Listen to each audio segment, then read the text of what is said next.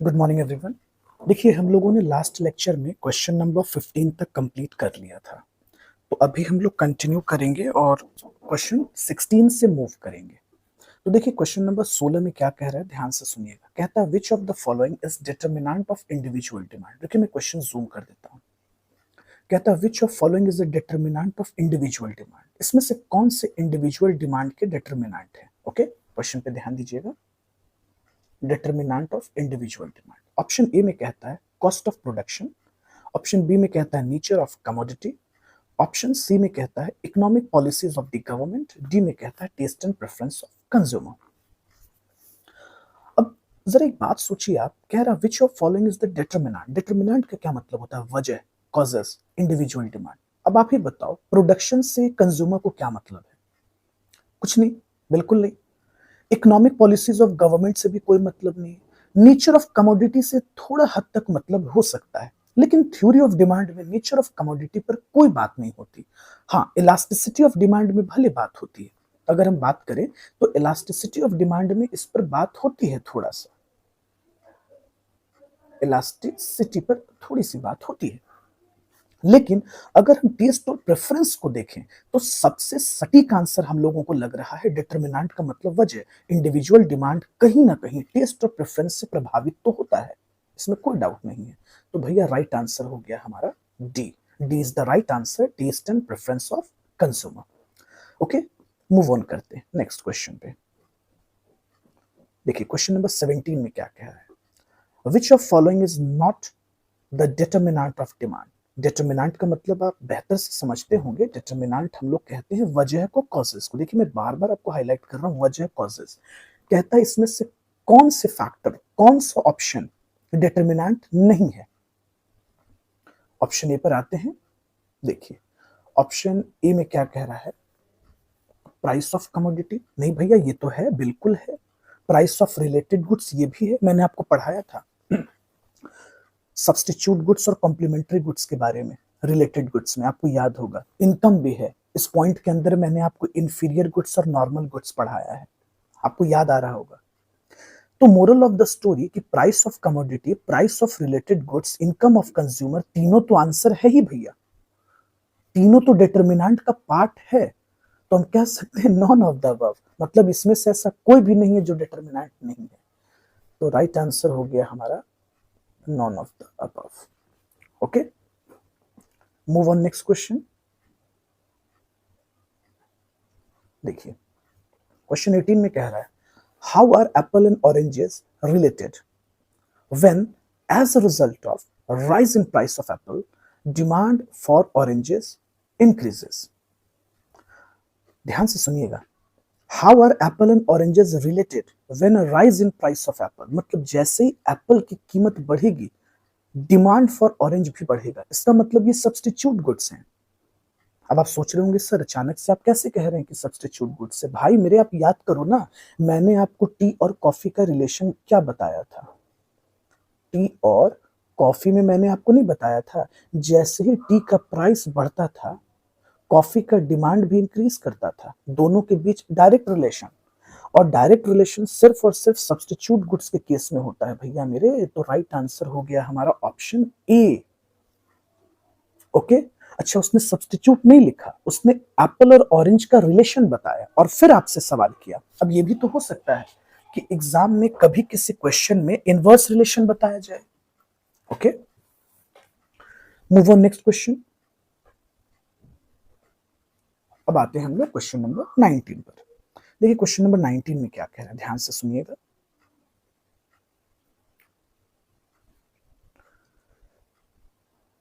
देखिए, question number 19 में कहता है if two goods are complementary goods, अगर दो गुड्स कॉम्प्लीमेंट्री गुड्स हैं, then rise in price of one resulting, मतलब जैसे ही एक वस्तु के प्राइस में राइज होगा तो उसका क्या इफेक्ट पड़ेगा। हम लोग बेहतर तरीके से जानते हैं कि एक का प्राइस बढ़ेगा तो दूसरे का डिमांड फॉल करेगा। तो राइट आंसर बी हो गया ना भैया। राइट आंसर इज बी, क्योंकि मैंने आपको बताया था कि कॉम्प्लीमेंट्री गुड्स में इनवर्स रिलेशन होता है। क्या होता है? इनवर्स रिलेशनशिप होता है। क्वेश्चन बी पर आते हैं। कहता है if demand for CNG increases, CNG increase करेगा। आप देख रहे हो ना आजकल ऑटो वगैरह, कार वगैरह, बसेस तो सीएनजी से चल रही है। एज प्राइस ऑफ पेट्रोल, देखिए if demand for CNG increases as price of petrol increases, two goods are.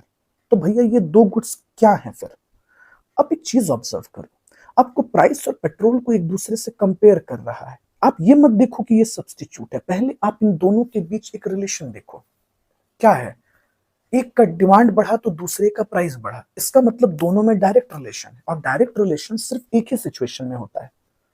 याद है आपको किस सिचुएशन में मैंने पढ़ाया था? मैंने आपको पढ़ाया था सब्स्टिट्यूट गुड्स के केस में। तो सब्स्टिट्यूट गुड्स से इसका मतलब ये तभी तो डायरेक्ट रिलेशन है। सीएनजी का क्या बढ़ रहा है भैया? डिमांड बढ़ रहा है, जैसे पेट्रोल की प्राइस बढ़ रही है, इसका मतलब ये सब्स्टिट्यूट गुड्स है। सिंपल सी बात है। चलो क्वेश्चन 21 पर आते हैं।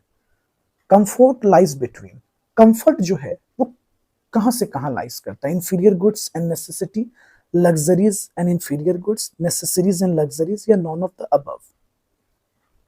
ध्यान करो। कंफर्ट देखो डिपेंड करता है। जैसे अगर हम लोग हेल्थ ड्रिंक पे बात करें बच्चों, हॉर्लिक्स पे, तो भाई लोग ध्यान से सुनो।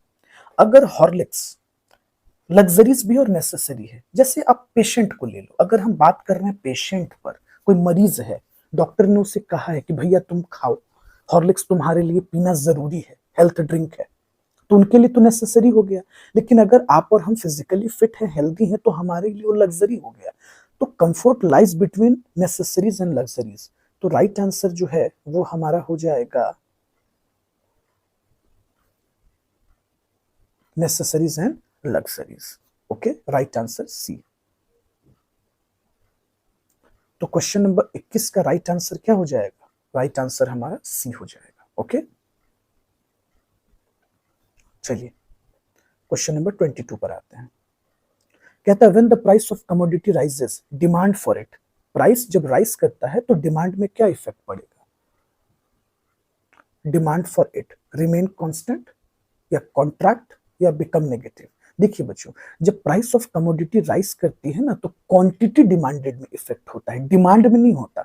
हमेशा याद रखिएगा, डिमांड में कोई इफेक्ट नहीं पड़ता, क्वांटिटी डिमांडेड पे उसका इफेक्ट पड़ता है। तो राइट आंसर हो गया हमारा सी, रिमेन कांस्टेंट। क्योंकि प्राइस के रिस्पेक्ट में हम क्वांटिटी डिमांडेड को पढ़ते हैं, ना कि डिमांड। नेक्स्ट क्वेश्चन देखिए, when price of petrol goes up, demand for two wheeler. अब जाहिर सी बात है, पेट्रोल और टू व्हीलर आपस में कॉम्प्लीमेंट्री गुड्स हैं, क्योंकि दोनों जब मिलते हैं तो एक दूसरे की जरूरतें पूरी होती है। तो अब आप ही बताओ, जब price of petrol goes up होगा तो डिमांड फॉर टू व्हीलर क्या होगा भैया? कॉम्प्लीमेंट्री गुड्स है ना, तो फॉल तो करेगा ही। हाँ सर, कहीं ना कहीं असर तो दिखेगा ना भैया, फॉल। तो राइट आंसर हो गया हमारा बी।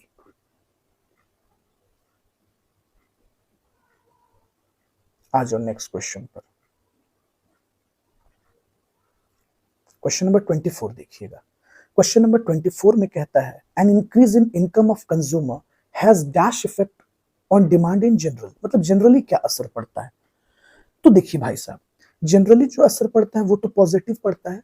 कैसे पॉजिटिव पड़ता है भैया? जैसे कंज्यूमर का इनकम बढ़ता है तो हमारा जो डिमांड है वो भी क्या हो जाता है, उस प्रोडक्ट के लिए राइज कर जाता है। नॉर्मली नॉर्मल गुड्स के बारे में बात कर रहा है, क्योंकि वो पूछ रहा है कि जनरली क्या होता है। तो नॉर्मल गुड्स जनरली हम पढ़ते हैं, तो हम कह सकते हैं पॉजिटिव इफेक्ट पड़ता है।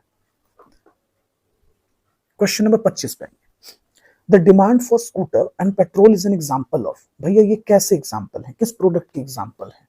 तो आप याद करो, मैंने आपको क्या बताया था, ज्वाइंट डिमांड। क्योंकि ये दोनों मिलकर एक दूसरे की जरूरत पूरा कर रहे हैं भैया, joint demand, joint. Question number 26 पर आते हैं।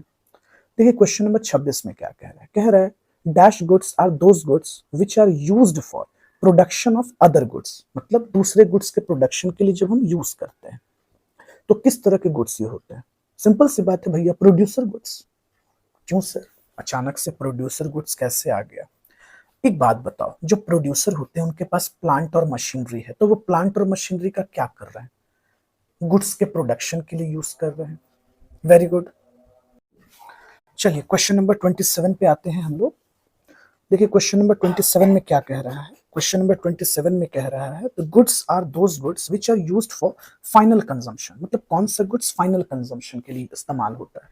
तो आप जानते हैं क्लियरली कि जो कंज्यूमर होते हैं, कंज्यूमर जिस गुड्स को यूज करते हैं वो फाइनल कंजम्पशन के लिए होता है। जैसे आप और हम, फॉर एग्जांपल आपके घर पे जो रेफ्रिजरेटर है, टीवी है, मोबाइल फोन है, जो भी आप इस्तेमाल कर रहे हैं वो फाइनल गुड्स है ना भैया। अब उसमें थोड़ी ना कुछ ऐड करना है, वो तो रेडी टू यूज है, आप घर ले जाते हो और यूज करते हो। आप, मैं भी ले जाता हूँ, यूज करता हूँ।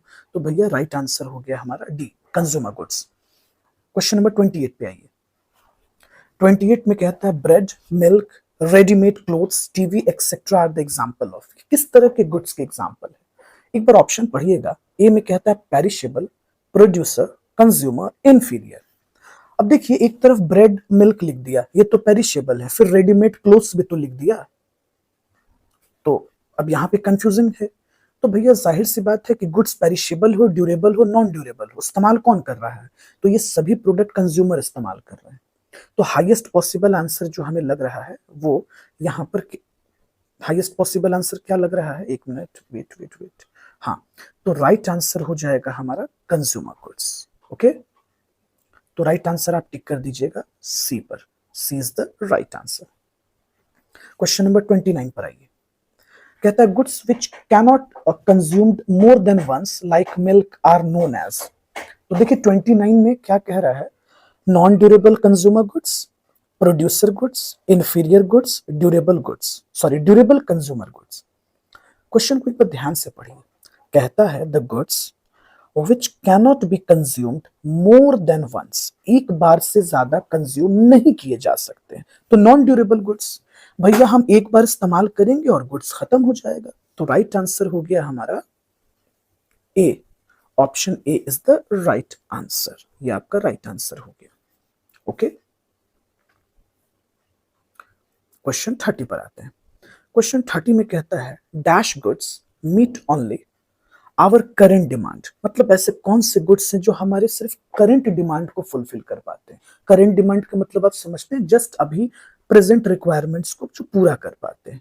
तो भैया नॉन ड्यूरेबल गुड्स, जैसे एग्जांपल हमें चाय पीनी है तो दूध ले लिए, कॉफी पीनी है कॉफी ले आए, नॉन ड्यूरेबल गुड्स जो शॉर्ट टर्म के लिए जो करंट नीड को पूरा कर सकता है।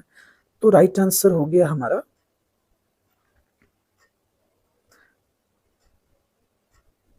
Non durable goods, option C. Okay, any doubt, doubt होगा तो आप कमेंट में पूछ लीजिएगा, मैं बता दूंगा। क्वेश्चन नंबर 31 पे आइए। क्वेश्चन नंबर 31 में देखिए क्या कह रहा है। क्वेश्चन नंबर 31 में कह रहा है the goods which can be consumed more than once over period of time, मतलब वैसे गुड्स जिसको हम लंबे टाइम और लंबे वक्त में इस्तेमाल कर सकते हैं। तो भैया ऐसे गुड्स कौन से गुड्स होते हैं, जैसे आपके घर पे टीवी है, रेफ्रिजरेटर है, वॉशिंग मशीन है, भैया लंबे टाइम से इस्तेमाल हो रहा है, लाखों बार हजारों बार इस्तेमाल हो रहे हैं, तो ड्यूरेबल गुड्स। तो राइट आंसर हो गया हमारा सी, ड्यूरेबल कंज्यूमर गुड्स। ओके, एक लास्ट क्वेश्चन है, क्वेश्चन नंबर 30, क्वेश्चन नंबर 32 पर हम आते हैं। When demand for any goods depends upon the demand of another product, it is said to have dash demand. ऐसे डिमांड को हम क्या बोलते हैं, तो हम लोगों ने ऑलरेडी पढ़ रखा है, ऐसे प्रोडक्ट को हम लोग डिराइव डिमांड कहते हैं। एग्जाम्पल, हमने मोबाइल फोन खरीदा तो उसके कारण मुझे चार्जर लेना पड़ा, ईयरफोन लेना पड़ा, तो ये डिराइव डिमांड हो गया। तो क्वेश्चन नंबर 32 का जो ऑप्शन होगा वो बी होगा राइट आंसर। ओके, बाकी क्वेश्चंस हम लोग नेक्स्ट लेक्चर में कंटिन्यू करते हैं। 15-15 क्वेश्चन हम लोग कर ले रहे हैं एक एक लेक्चर में। ओके, चलो, थैंक यू एवरीवन।